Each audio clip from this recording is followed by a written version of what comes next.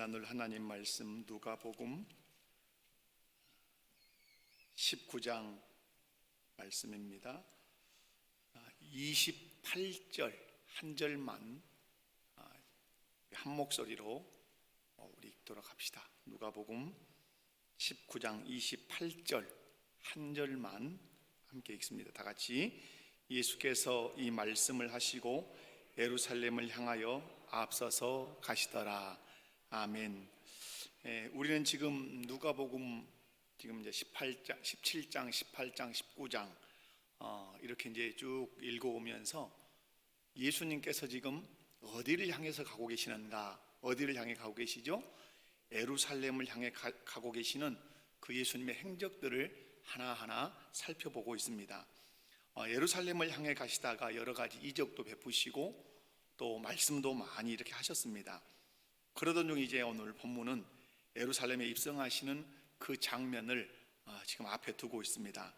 예루살렘에 입성하신 예수님께서 이제 어떤 모습을 보이시는지가 또 우리에게 주는 교훈점들이 많이 있습니다. 오늘 28절이 이렇게 시작합니다. 예수께서 이 말씀을 하시고, 그러면 이 말씀을 하시고 어떤 말씀을 하셨다는 얘기죠? 그건 바로 앞에 있는 19장 11절에서부터 27절에 있는 문화 비유죠. 문화 비유는 너무 간단한 말씀입니다. 내가 승천해서 아버지께로 간다. 그리고 재림할 거다. 근데 승천과 재림 사이에서 너희가 살 것이다. 내가 승천할 때 너희에게 사명을 맡기고 갈 거다. 그걸 문화로 비유하신 거죠. 또 마태복음 같은 데 달란트로 비유하셨잖아요. 내가 너희에게 그렇게 나름대로 사명을 다 맡길 건데 열심히 남겨라. 열심히 충성해라. 헌신해라. 그리고 내가 다시 와서 반드시 그것을 계산할 건데 남겼다고 말했으면 좋겠다. 충성했다고 내게 칭찬 들었으면 좋겠다. 이 말씀을 하시는 거죠.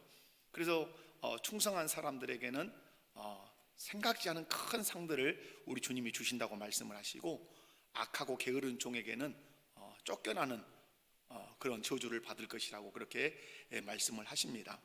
그런데 이 문화 비유를 하시게 된 동기가 뭐였습니까? 예수님께서 예루살렘으로 이렇게 올라가시니까 사람들이 생각한 겁니다. 따르는 수많은 군중과 예수님이 가지고 계시는 그 능력을 가지고 이제는 로마의 그 압제에서 벗어날 날이 오겠구나. 독립이 이제 멀지 않았구나. 그 생각을 하고 있는 거죠. 예수님이 그들의 마음을 꿰뚫어 보시고 예수님의 가시는 길과 그들이 생각하는 것이 너무 다르기 때문에 그걸 깨뜨려 주시기 위해서 문화의 비유를 말씀하신 것입니다. 우리는 이 말씀을 통해서 다시 한번 우리 신앙생활을 점검해야 될 것이 무엇입니까? 신앙생활이 늘 예수님의 생각과 일치해야 바른 신앙생활이라고 하는 겁니다. 예수님을 따라도 그리고 얼마나 열성적으로 따릅니까? 뒤에 보면 호산나 다윗의 자손이 하며 이제 종려나무 가지와 옷가지를 막 깔고 환영을 합니다. 얼마나 환영하는지 몰라요. 그러나 예수님이 가시는 그 길과 이들이 생각하는 그 길은 너무 다른다는 것이죠. 우리가 예배당에 올라와서 예배를 드리고 하나님의 이름을 부르고 예수 그리스도의 이름을 부르고 성령을 의지한다고 말하지만은 예수님이 생각하시는 것과 우리의 생각이 다르다면 우리의 신앙생활은 결코 바른 생활이라고 말할 수 없는 것입니다. 그러므로 바른 신앙생활을 하기 위해서 늘 점검해야 할 영역이 무엇입니까? 내가 하고 있는 이 생각, 내가 지금 방향성을 잡고 있는 이 방향이 예수님의 방향과 생각과 일치하는지를 늘 점검해야 된다는 말씀을 드렸습니다. 그러기 위해서 아주 중요한 것이 무엇입니까? 늘 말씀에 의존해서 생각하는 것, 말씀에 의존해서 행동하는 이것이 우리의 습관이 되어야 한다는 사실입니다. 그렇지 않으면 마지막에 종점에 가서 심판대 앞에 섰을 때 내가 열심히 주님을 따른 것 같지만 주님이 생각하셨던 것과 주님이 가셨던 그 길과 전혀 다른 곳에 내가 서 있을 가능성이 높다고 하는 사실입니다. 그런 의미에서 우리 모든 성도님들은 내가 하는 생각과 또 내가 하는 행동이 예수님이 하시는 생각과 예수님이 말씀하시는 것과 일치되는지를 늘 점검해 가시기 바랍니다. 그래서 마지막에 주님 앞에 섰을 때 주님이 원하시는 그 지점에 여러분이 서 있어야 성공적인 신앙생활이라고, 복받은 신앙생활이라고 말할 수 있습니다. 예수님은 하나님 아버지께 왕권을 받으러 승천하시고, 또 승천하시기 전에 이 제자들에게 사명을 이렇게 주시죠. 반드시 내가 돌아와서 계산하겠다. 지금 우리는 승천과 재림 사이를 사는 성도입니다. 우리 모두에게는 예수님이 주신 사명이 다 있습니다. 그러므로 내 사명이 무엇인지를 모르는 것은 큰 것을 놓고 있는 것입니다. 마치 한 달란트 받은 자처럼, 또 이 문화 하나를 받은 사람이 수건에 그 문화를 싸놓고 묻어둔 사람처럼 그렇게 허송세월할 수 있습니다. 여러분, 여러분에게 맡겨주시는 그 사명이 무엇인지 잘 기억하시기 바라요.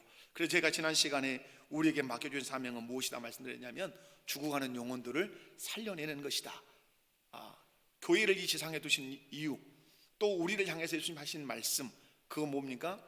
모든 족속 제자를 삼는 것이고 땅끝까지 이르러 제자가 되는 것입니다. 그래서 예수님의 관심은 영혼을 구원하는 것입니다. 예수님의 십자가가 무엇입니까? 영혼을 구원하는 것이죠. 그럼 영혼을 구원하는 것은 끝이냐? 제가 오늘 본론적으로 말씀을 드리려고 하는 영역이 이건데, 영혼을 구원하는 그거 자체가 시작입니다. 이제는. 그래서 뭘 이루려고 하시는 거죠? 예수님이 십자가를 통해서 자기 백성을 구원하셔서 결국 이루시고자 하는 것은 예수님이 왕이 되시는 하나님의 나라를 건설하고 싶어 하시는 것입니다. 그러므로 내 심령에 하나님 나라가 임하고 있는가? 우리 가정에 하나님 나라는 임하고 있는가? 우리 교회는 하나님 나라를 지향하고 있는가? 늘 점검하셔야 한다는 사실입니다. 코로나 시기에 코로나에 함몰되어서는 절대 안 됩니다. 저는 밤 예배에 조금씩 숫자가 늘어가는 그것에 대해서 하나님께 깊이 감사를 드립니다. 제가 저희 집 앞에, 사택 앞에 공고 뒷산이 있습니다. 이렇게 엊그저께 올라가서 바람이 엄청 불어요. 부는데 사막도도 보이고 유달산도 보이고 용당동도 보이고, 그리고 우리 교회 쪽도 인스빌 쪽도 보이고, 하당도 보이고, 저 남아 오룡지구도 보입니다. 그 조그만 동산이지만 손을 들고 하나님 앞에 기도했습니다. 하나님, 회복되게 해주십시오. 코로나 그것에 두려워하지 말고, 코로나가 왜 왔는가를 더 깊이 생각하고, 신명기의 말씀에 의하면 질병은 왜 오는 겁니까? 전염병은 왜 오는 것입니까? 전염병이 창고라 하는 이유를 신명기는 말합니다. 너희가 하나님 앞에 범죄하면 내가 전염병을 내릴 거라고 말씀합니다. 우리는 성경에서 그 이유와 원인을 찾아보는 것이죠. 하나님, 우리 죄를 용서해 주십시오. 그리고 이 목포시가 하나님의 은혜로 회복되게 해 주십시오. 그리고 우리 성도들이 주일이면 일제히, 지난 주일의 설교처럼 일제히 한 사람처럼 예배당에 모여서 하나님의 성호를 찬양하게 하시고, 시간마다 성도들이 모여서 말씀의 은혜를 누리고 하나님께 찬양하는 그런 교회가 되게 해달라고 손들고 막 이렇게 기도했어요. 사랑하는 성도 여러분, 우리가 지금 코로나 시기에 지금 살고 있지만 코로나에 여러분이 무너지지 않기를 바랍니다. 영상으로 지금 예배를 드리고 계시는 분들, 영상 예배도 올해 들어서는 영상으로 드리는 분들도 많이 더 회복된 것 같아요. 숫자가 더 많아졌어요. 그리고 밤 예배도 조금씩 늘어가는 것에 대해서 하나님께 얼마나 감사한지 몰라요. 왜? 여러분의 마음이 지금 어디로 점점 모아지고 있다는 거예요? 하나님께로, 예배로 집중되고 있다는 것에 대해서 얼마나 감사한지 몰라요. 28절에 이제 문화 비유를 말씀하시고 나서 28절에 어떻게 기록합니까? 예수께서 이 말씀을 하시고 어디를 향하여 올라가십니까? 예루살렘을 향하여 앞서서 가시더라, 이렇게 기록해요. 여러분, 누가복음을 기록한 누가는 예수님께서 가시는 그 모습이 매우 인상 깊었던 모양입니다. 예수님께서 가시는 모습이 뒤서는 것도 아니고 그냥 앞서서 가셨다, 이걸 마태도 기록하지 않습니다. 마가도 기록하지 않아요. 그런데 누가는 예수님께서 예루살렘으로 들어가시는 그것을 앞서서 가셨다, 이렇게 기록을 하고 있습니다. 예수님의 이 예루살렘 입성은 마지막 입성입니다. 예루살렘에 들어가시면 이제 남아있는, 기다리고 있는 일이 뭐죠? 예수님을 붙잡아서 죽이는 것입니다. 예수님은 전체 생애 동안 나서부터 오늘 입성하는 이 부분까지 약 한 8번 정도 예루살렘으로 이렇게 입성하셨다고 합니다. 근데 오늘 입성은 마지막 입성인데, 그것도 이제 잡혀서 채찍질 당하고 고문 당하고, 그리고 십자가에 못 박혀 죽는 것입니다. 이것을 예수님이 모르고 그냥 이렇게 가시는 게 아니라 그걸 여실히 알고 계십니다. 나는 잡혀 죽기 위해서 왔다는 사실을 제자들에게 여러 번 말씀하셨기 때문에 그래요. 여기서 눈여겨보아야 될 것이 뭐냐면 먼저는 예루살렘을 향해 가고 계신다는 것입니다. 왜 예루살렘을 향해 가고 계시는가? 그것은 하나님 아버지께서 부여하신 사명을, 그 사역을 마무리하기 위해서 예루살렘으로 향해 가고 계신다는 거죠. 그 사명이 바로 십자가를 지고 죽는 것입니다. 그래서 예수님의 삶을 우리가 한마디로 정의한다면 철저하게 사명지향적 삶을 사셨다고 하는 사실입니다. 여러분, 동정녀로 잉태하신 것, 먼저는 하늘보좌를 버리시는 것도 있지요. 그리고 오늘 예루살렘 성으로 마지막 입성하시는 것도 무엇입니까? 십자가를 지고 죽기 위함입니다. 죽어서 자기 백성을 살리려고 하시는 것이죠. 예수님의 삶을 한마디로 말하면 뭐라고요? 사명지향적 삶이다. 이 말씀을 통해서 우리에게 교훈하시는 것이 무엇입니까? 오늘 나는 어디를 향해 가고 있는지 이 말씀을 통해서 점검하기를 원하시는 것 같습니다. 예수님이 사명을 완수하기 위해서 예루살렘 성을 향해서 앞서서 가셨던 것 같다면 나는 어디를 보고 지금 가고 있는가? 우리 교회는 어디를 향해서 가고 있는가? 점검하라고 하시는 말씀이 이 본문 안에 들어있다고 생각합니다. 분명한 사실은 하나님이 나에게 맡기신 사명, 하나님께서 교회에 맡기신 사명을 향해서 꼭 가야 합니다. 개인이든 교회든 사명을 지향하며 가야 되죠. 여러분, 그래서 우리 교사들과 또 성경 공부를 했고 지금 20명 정도, 20분 정도 또 이렇게 성경 공부를 우리 이제 그 줌으로 이렇게 하는데, 가나안을 정탐하라고 12명을 보냈잖아요. 근데 10명이 와서 못하겠다고 아우성을 치고 원망했어요. 그러니까 그 영향을 받아서 전 백성이 우리를 이 광야에서 죽이려고 끌고 나가는 모양이다 하고 원망하고 막 때를 썼어요. 그리고 막 죽이려고 그랬어요. 그때 하나님께서 사명을 감당하지 못하겠다고 하는 그 광야 1세대를 어떻게 하셨죠? 근 40년 동안 광야에서 그냥 죽게 만들었어요. 사명을 포기한 인생은 하나님 앞에 의미가 아무것도 없다는 거예요. 얼마나 먹냐 입냐가 중요하지 않아요. 그 사람의 손에, 그 사람의 어깨에 무겁든 가볍든 사명이 짊어져 있고 그 사명을 지고 가고 있느냐가 하나님 보실 때는 매우 중요하다고 하는 사실이에요. 사랑하는 성도 여러분, 예수님의 삶이 사명지향적 삶이었던 것처럼 오늘 저와 여러분의 삶이 또 저와 여러분의 신앙생활이 사명지향적 삶이 되야 될 줄로 믿습니다. 그러므로 이 시간 나는, 그리고 우리 교회는 하나님께서 맡기신 사명을 감당하고 있는지, 또 감당하기 위해서 늘 나를 점검하고 있는지 살피는 귀한 시간 되시기 바랍니다. 그런데 여러분, 그렇다면 우리가 여기서 이제 점검해야 되는 것이 있죠. 우리에게 맡겨주신 사명이 뭐냐? 그죠? 사명 하는데 그러면 나에게 맡겨준 사명이 뭐냐라고 하는 거죠. 그건 마태복음 28장에 있습니다. 여러분 늘 읽고 늘 암송하는 말씀이지만 한번 펼쳐서 읽어보도록 하겠습니다. 마태복음 28장 18절에서 20절 딱 펴놓으십시오. 제가 오늘 이 본문을 여러분에게 설명하고 말씀을 마치도록 하겠습니다. 마태복음 28장 18절에서 20절 말씀입니다. 찾으셨으면 말씀을 주님의 말씀으로 이렇게 받는 자세로 함께 읽습니다. 시작. 예수께서 나와 말씀하여 이르시되 하늘과 땅의 모든 권세를 내게 주셨으니 그러므로 너희는 가서 모든 민족을 제자로 삼아 아버지와 아들과 성령의 이름으로 세례를 베풀고 내가 너희에게 분부한 모든 것을 가르쳐 지키게 하라. 볼지어다 내가 세상 끝날까지 너희와 항상 함께 있으리라 하시니라. 아멘. 저는 설교 중에 많이 인용한 본문이 있다면 이 본문이 그 중에 하나인 것 같습니다. 여러분이 신앙생활하면서 마태복음 28장 18절에서 20절을 늘 마음에 새기고 계셔야 합니다. 이 말씀을 많은 분들은 이렇게 말합니다. 이 말씀은 전도명령이다, 선교명령이다 이렇게 말해요. 부정하지 않습니다. 맞습니다. 그러나 더 큰 의미가 있습니다. 마태복음 28장 18절에서 20절 말씀은 전도 명령, 선교 명령에 그치지 않습니다. 그것보다 훨씬 광의의 넓은 의미의 뜻이 있습니다. 그게 뭡니까? 하나님 나라 명령입니다. 무슨 명령이라고요? 하나님 나라 명령이에요. 여러분, 본문 말씀 한번 살펴보죠. 18절, 예수께서 나와 말씀하여 이르시되 하늘과 땅의 모든 권세를 내게 주셨으니. 자, 예수님이 하늘과 땅의 모든 권세를 내게 주셨다 이렇게 말해요. 누가 줬습니까? 하나님 아버지가 주셨습니다.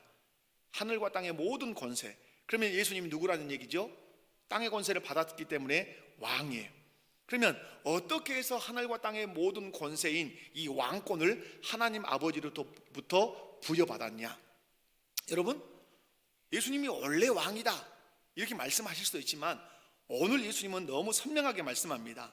하늘과 땅의 모든 권세를 내게 어떠하셨으니? 주셨으니, 그러므로 나는 받았으니 이 말이에요. 그러면 어떤 연유로 하나님 아버지는 예수님께 왕권을 부여하셨냐 이 말이에요. 무엇을 근거로 왕권을 부여하셨을까요? 십자가의 죽으심과 부활이라고 하는 사명 만수로 인하여 이 왕권이 부여가 된 것입니다. 그 왕이신 예수님이 이제 자기 백성에게 명령하십니다. 왕이 되셨으니까 거느리는 누가 생긴 거죠? 백성이 생긴 거죠. 그 백성은 누가 백성입니까? 십자가와 부활을 통해서 구속하신 그 사람들이 백성이 되는 것입니다. 그 백성에게 명령합니다. 19절입니다. 19절 보면 그러므로 너희는 가서 모든 민족을 제자로 삼아 아버지와 아들과 성령의 이름으로 세례를 베풀어라. 무슨 말씀이냐면 너희는 가야 한다. 예루살렘에 머물러 있으면 안 된다. 너희는 가야 해. 유대를 넘어서 사마리아를, 그리고 땅끝까지 가야 돼. 그래서 모든 민족이, 오늘 말씀은 열방이에요. 그리고 제자를 삼아서 전도해서 그들에게 뭘 베풀어라? 아버지와 아들과 성령의 이름으로 세례를 베풀어라. 이 세례 베풀면 너무 중요하죠. 사도행전에 보면 이 세례 베풀의 의미가 무엇입니까? 구원받았다고 하는 확증이기도 하지만 또한 세례를 베풀므로 말미암아서 어디로 들어오게 하는 방식이죠? 교회로 들어오게 하는, 주님의 몸을 이루게 하는 방식이란 말이에요. 세례 받지 않은 자가 주의 몸된 교회에 속할 수 없고 주님의 몸을 이룰 수가 없단 말이에요. 그래서 반드시 삼위일체 하나님의 이름으로 세례를 베풀어요. 그런데 이것이 전도와 선교의 목표점이다 이렇게 끝나지 않아요. 오늘 성경은 이 이유를 여러분이 잘 들으셔야 돼요. 전도와 선교의 목표점이 제자 삼는 것이다. 그래서 제자 훈련이 중요하다. 제자 되어서 뭐 하려고요? 그 다음이 더 중요해요. 20절 말씀입니다. 20절로 나아가야 돼요. 20절을 한번 다 같이 한번 읽어볼까요? 시작. 내가 너희에게 분부한 모든 것을 가르쳐 지키게 하라. 마태복음 28장 18절에서 20절까지 읽었는데 이 목표점이 어디냐면 20절이에요. 20절이 모든 성경의 꽃이라고 해도 과언이 아니에요. 20절을 꼭 피워내어야 바른 신앙생활이고 바른 교회라고 할 수 있어요. 여러분, 가서 전도하고 선교해서 제자를 삼았으면 그 다음에 이루어져야 할 것이 있어요. 여기를 우리가 너무 놓친단 말이에요. 내가 너희에게 분부한 모든 것을 가르쳐 지키게 하라. 여기서 여러분 놓치지 않아야 할 영역이 뭐냐면 분부한 모든 것을 가르치기 전에 눈여겨봐야 되는 게 주어예요. 20절의 주어. 20절 주어가 뭡니까? 내가예요. 내가. 그럼 여기서 내가는 누구죠? 내가가 누구예요? 예수님이에요. 자, 쉽게 지나갈 영역이 아니라고 저는 봅니다. 내가 분부한 모든 것, 내가 분부했다. 그럼 내가 누구냐? 예수님이란 말이죠. 그러므로 예수님을 믿은 사람들에게 가장 먼저 가르쳐 주어야 하는 것이 뭐예요? 예수님이에요. 예수 그리스도라 이 말이에요. 기도도 아니에요. 다른 말씀도 아니에요. 교회 생활도 아니에요. 예수를 믿기로 작정한 사람에게 가장 먼저 가르쳐야 할 것은 내가 분부한 모든 것을 가르쳐 지키게 하라고 하신 주어, 나라고 하는 그 예수님을 가르쳐주고 소개해 줘야 돼요. 예수 그리스도가 누군지를 분명하게 알고 믿도록 해주는 것이 바른 신앙생활이에요. 여러분이 교회를 나와서 지금 예배를 이렇게 들으시지만 예수님이 누구십니까? 라고 물었는데 답을 못 한다면 이건 너무 황망한 것이죠. 그죠? 예수님이 누구십니까? 이렇게 여러분에게 질문했단 말이야. 그런데 예수님이 누구냐는 이 질문 앞에 답을 못 한다면 신앙생활 30년이 중요한 게 아니에요. 얼마나 헌금을 많이 했나요? 중요한 게 아니잖아요. 예수님이 누구냐? 예수님, 우리를 죄에서 구원하신 구주시죠. 아멘. 너무 긴장하실 필요는 없습니다. 복음이 어려운 게 아니거든요. 예수님이 누구냐고 묻는다면 나를 죄에서 구원하신 구주십니다. 그래서 주라고 하잖아요. 구주라고 하잖아요. 우리를 죄에서 구원하신 구주일 뿐만 아니라 그분은 우리의 왕이세요. 그러니까 예수님 그러면 두 가지 개념을 선명하게 가지셔야 돼요. 주인 개념과 왕 개념이에요. 주인이시면서 왕이요, 왕이면서 주인이세요. 아멘이십니까? 여러분 교회에 나가는 사람들이 누구냐라고 묻는다면 예수님을 주인으로 삼고 그분을 왕으로 섬기는 사람들이 교회에 다니는 사람들이다, 이렇게 말할 수 있죠. 여러분, 예수님만이 우리의 구주시고 우리의 왕이십니다. 신앙생활의 싸움은 그래서 주어 싸움이에요. 왕 싸움이라고도 얘기할 수 있죠. 신앙생활의 싸움 무슨 싸움이라고? 주어 싸움이에요. 주어. 누구를 주어로 놓을 거냐 하는 거예요. 그러니까 여러분, 내가 나를 자꾸 드러내는 얘기를 하는 것은 결코 좋지 않습니다. 거기에다가 누가 들어가야 되죠? 예수님이 자꾸 들어가야 돼요. 그래서 신앙생활은 누가 주어가 되게 하느냐, 이 싸움이에요. 여러분, 창세기 1장의 시작이 어떻게 해야 되죠? 태초에 하나님이 천지를 창조하시니라.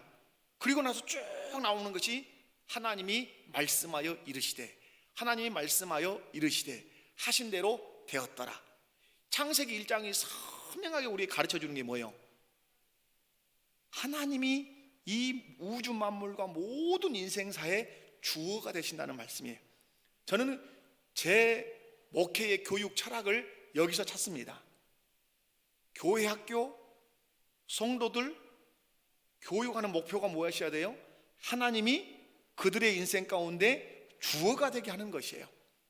아멘이십니까? 여러분, 선악과가 무엇입니까? 선악과가 누가 주어가 될 거냐의 싸움이란 말이에요.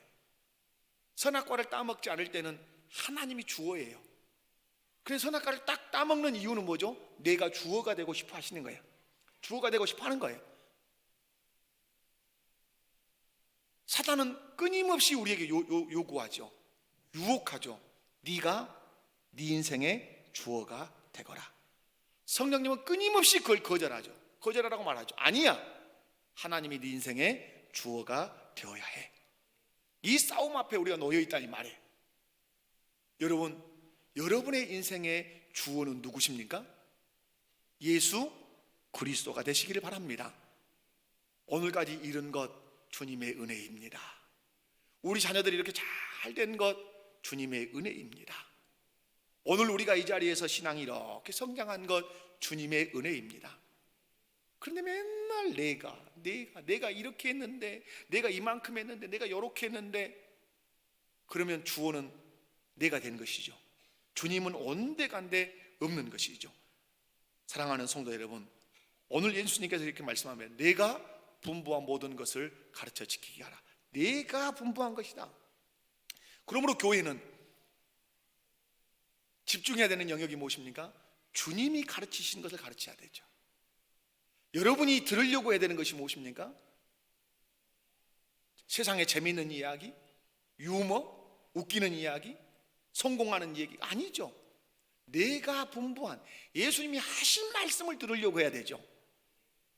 제 동기 목사님이 강사를 초빙해서 부흥회를 했어요. 엊그저께 부흥회가 끝나서 저는 이제 가보고 싶었는데 못 갔어요. 저희 교회 부흥회 할 때는 오셨거든요. 못 갔어요. 그래서 유튜브로 이제 어쩔 수 없이 뭐 상도 나고 그래가 유튜브로 이렇게 두 번의 설교를 들었어요.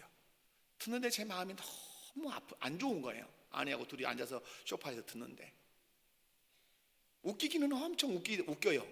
재밌는 말을 많이 해요. 그런데 어떤 말을 안 하냐면 성경을 말하지 않아요. 성경을 거의 말하지 않아요. 그래서 아내한테 제가 그랬죠. 별로 마음에는 안 드네. 마음에 든다 안 든다를 말한 거 죄송하지만 어떤 영역에서 마음에 안 든다는 얘기죠? 강단에 선 것은 주의 말씀을 증거하기 위해서. 저는 생각해요. 늘 말씀 한마디라도 더 하는 것이 이 강단의 유익이지 세상에 어떤 잡다한 만담을 늘어놓는 것이 강단이 아니란 말이에요. 근데 목사님이 딱 집회가 끝났는데 전화가 왔어요. 이제 집회 잘 마치셨냐고. 너무너무 내 마음이 아픕니다고. 성도들에게 너무 죄송하고 미안하다고. 설교를 1시간 하는데 1분 말씀, 한 구절 말씀 잠깐 말한다는가? 자기 자랑한다고. 저는 제가 여러분 강사 목사님 이렇게 초빙을 할 때 유심히 보시면 돼요. 제가 어떤 강사를 초빙할 때 강사들의 특징이 분명히 있어요. 담임 목사한테 잘해라 이런 분 제가 모셔오든가요? 그렇지 않죠. 여기서 만담을 늘어놓는 사람을 제가 모셔오든가요? 그러지 않죠. 시간 내내 무엇을 말하는 사람? 성경을 말하는 사람, 주 예수 그리스도를 말씀해 주는 그 사람을 저는 눈여겨보는 거예요. 그래서 그분을 모셔다가 여기 세우는 거예요. 나 혼자 듣기에 너무 아까운 말씀을 저분이 가지고 있다. 그러면 끊임없이 모시고 싶은 거예요. 여러분, 내가 분부한 모든 것을 가르쳐 지키게 해라. 주어가 누구여야 합니까? 예수님이셔야 합니다. 아멘이십니까? 그 다음에 말씀이 뭐죠? 이제 예수님이 분부한 모든 것을 가르쳐야 돼요. 여러분, 예수님께서 분부한 이 분부에다는 말은 뭡니까? 명령이에요. 영어 성경에는 분명하게 커맨드로 되어 있을 것으로 봐요. 교회는 반드시 예수님이 분부하신, 예수님이 명령하신 것을 가르쳐야 돼요. 방금 말씀드린 것처럼. 그러므로 교회는 덜 들여다봐야 돼요. 이 강단이 예수님이 하신 말씀을 전하려고 애쓰는 것인가, 아니면 세상에 잡다한 얘기를 늘어놓는 강단인가, 유심히 들여다봐요. 건강한 교회가 어느 교회입니까? 건강한 교회는 얼마나 수가 많이 모였느냐, 좋은 시설을 가졌느냐, 이건 2차적인 거야.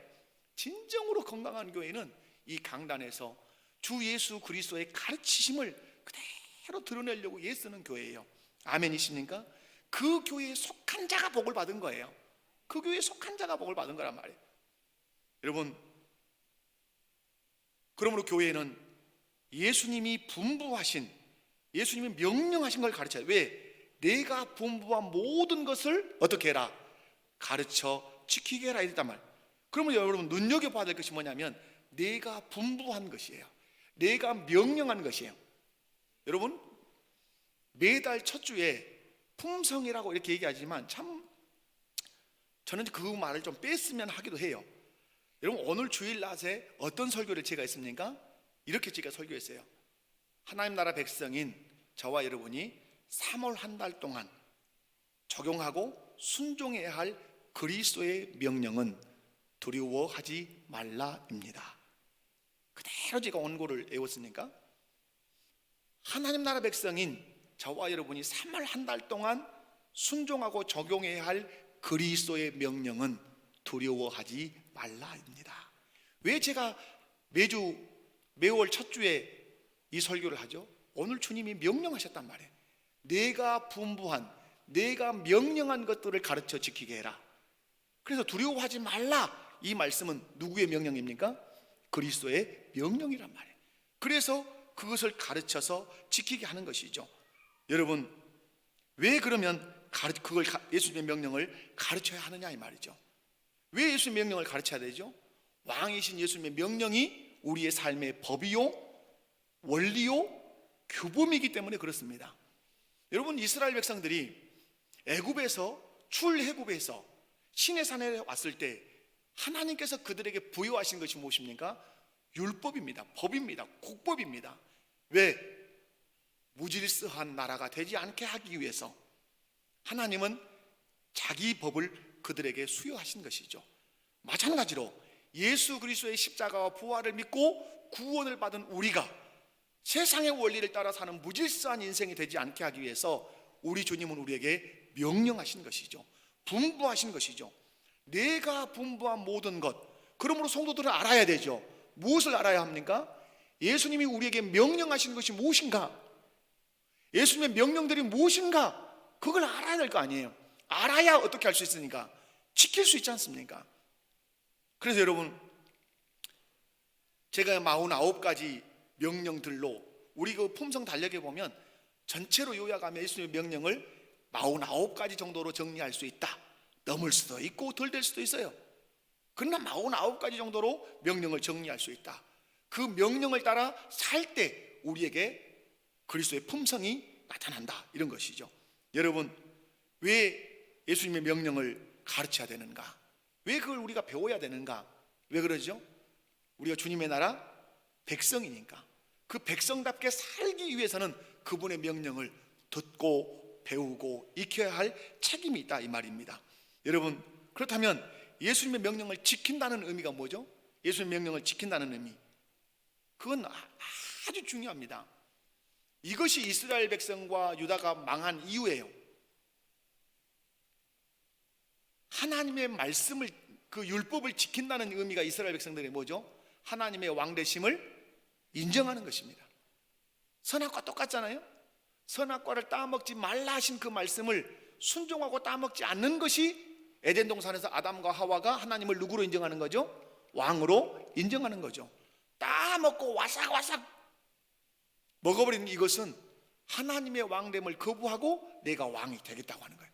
그래서 사단이 던진 메시지가 그거죠. 네가 그것을 먹으면 하나님과 같이 될 거야. 네가 왕 될 수 있어, 이 말이죠. 여러분, 그리스도의 명령을 내가 지킨다고 하는 의미가 무엇입니까? 윤리적인 개념입니까? 아니죠. 대단히 우리의 신앙의 정체성이 중요한 것이죠. 그리스도의 명령을 지킨다는 것은 그리스도 당신이 나의 왕이라고 하는 중요한 선언인 것입니다.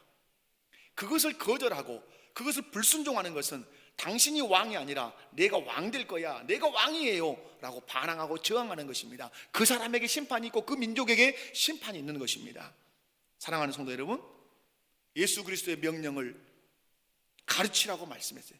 그러므로 교회 학교, 그다음에 우리 성도들이 쉼없이 살펴야 되는 게 뭐죠?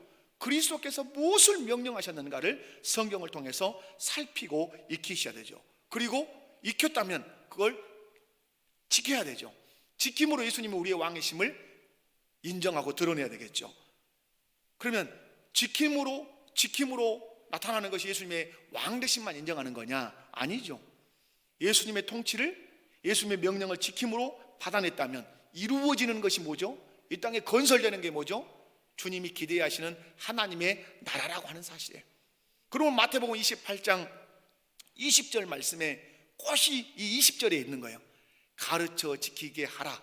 그 뒤에 점점점점 뭐가 있어야 돼요? 가르쳐 지켰더니 뭐 했더라? 하나님 나라가 이루어졌더라.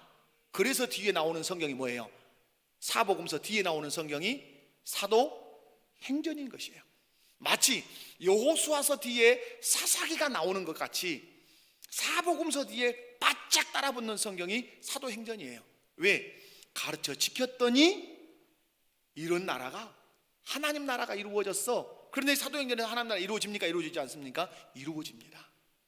여호수아서 뒤에 사사기에서는 하나님 나라 이루어지지 않습니다. 그런데 사도행전에서는 하나님 나라가 이루어집니다. 그 모습이 무엇입니까? 유무상통해요. 조금도 내 것을 뭐 네 것을 내 것이다 뭐 이런 게 없어요.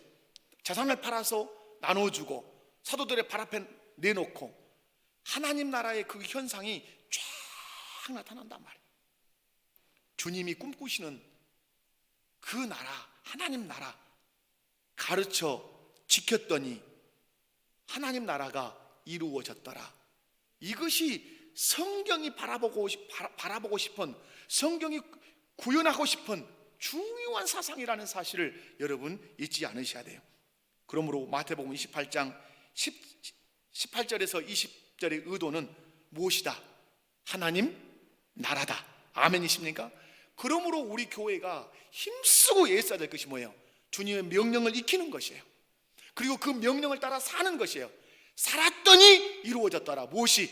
하나님 나라가 내 심령에, 우리 가정에, 우리 교회 가운데, 우리 직장 가운데 이루어졌더라. 하나님 나라가 어떻게? 그분의 명령을 지켰더니 이루어졌더라. 아멘. 그래서 몰려오는 것이에요. 사람들이. 제사장 나라. 와, 우리와 다른 삶의 윤리가 있구나, 우리와 다른 삶의 규범이 있구나. 그러더니 저 사람들이 복을 받네. 그래서 사람들이 몰려오는 것이, 그게 제사장 나라적 교회라고 하는 사실이에요. 그런데 오늘 예수님께서 예루살렘 성을 향해 가십니다. 그런데 어떻게 가셨습니까? 말씀 보면 앞서서 가셨습니다. 어떻게 가셨다고요? 앞서서 가셨어요. 여러분, 이 앞서서 가셨다는 말을 누가는 의도적으로 기록한 것 같아요. 왜 앞서서 가셨을까? 십자가를 지시는 이 일이 나는 억지가 아니라 자원함으로 아버지께 반응한다, 이런 의미가 분명히 있다고 저는 봅니다.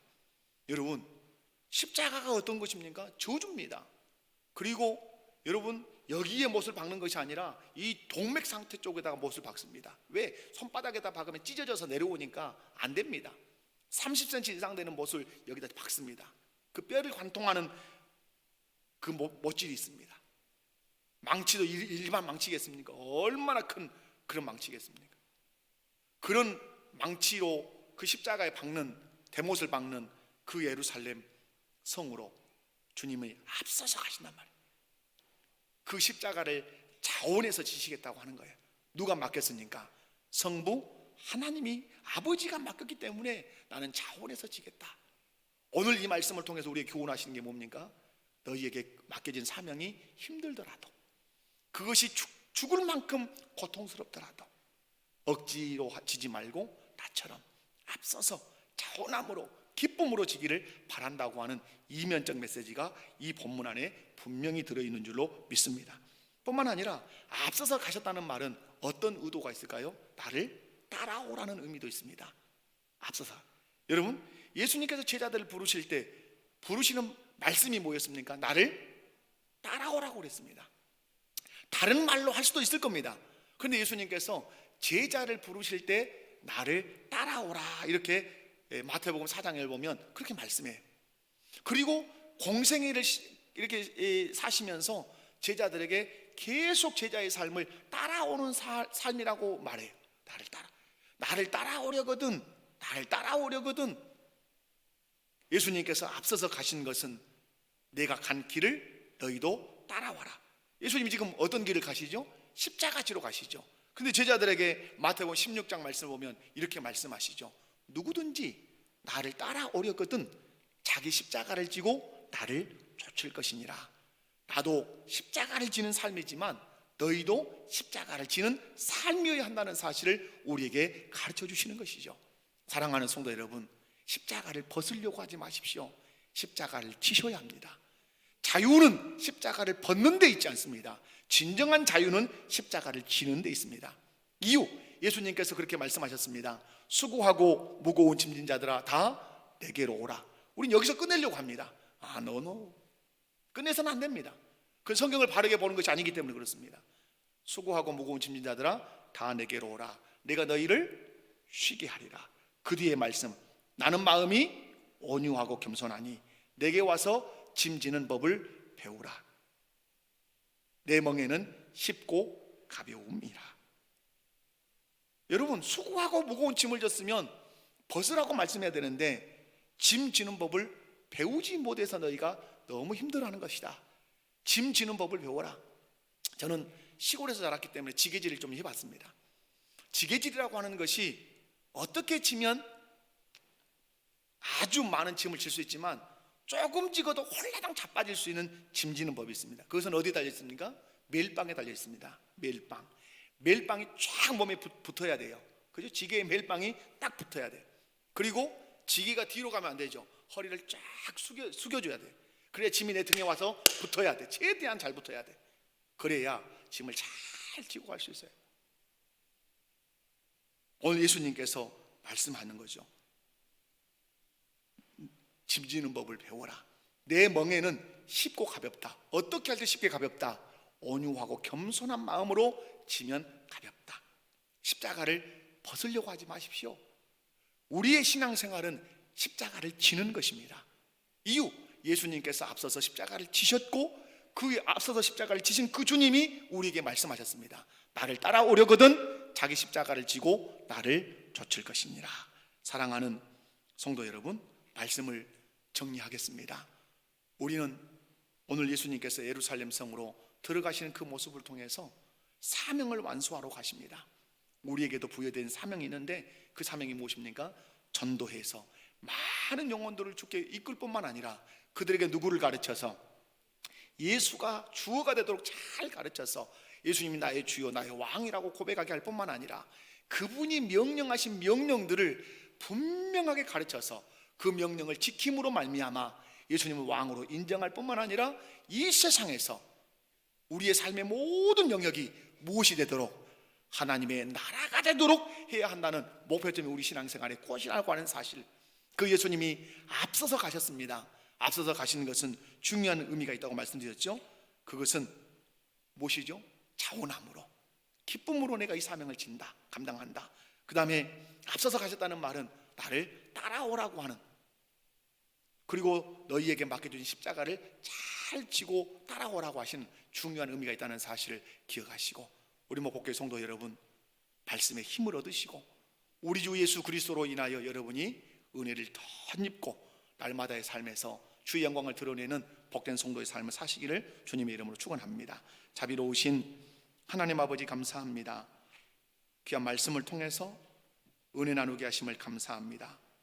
이 말씀을 붙들고 한 주간 세상에 나가 살 때 우리의 삶에서 하나님의 나라가 임하게 하시고 내 인생의 주어가 예수 그리스도만 되게 하여 주시고 그분의 명령들을 익히고 또 익혀 지킴으로 말미암아 예수님이 나의 왕이실 뿐만 아니라 그분의 통치를 받는 하나님 나라를 이루게 하여 주옵소서. 가르쳐 지켰더니 하나님 나라가 이루어졌다. 이것이 나의 신앙의 고백이 되게 하시고 우리 교회의 신앙의 고백이 되게 하옵소서. 예수님의 이름으로 기도하옵나이다. 아멘. 옆에 분들 보시면서 한번 인사합시다. 반갑습니다.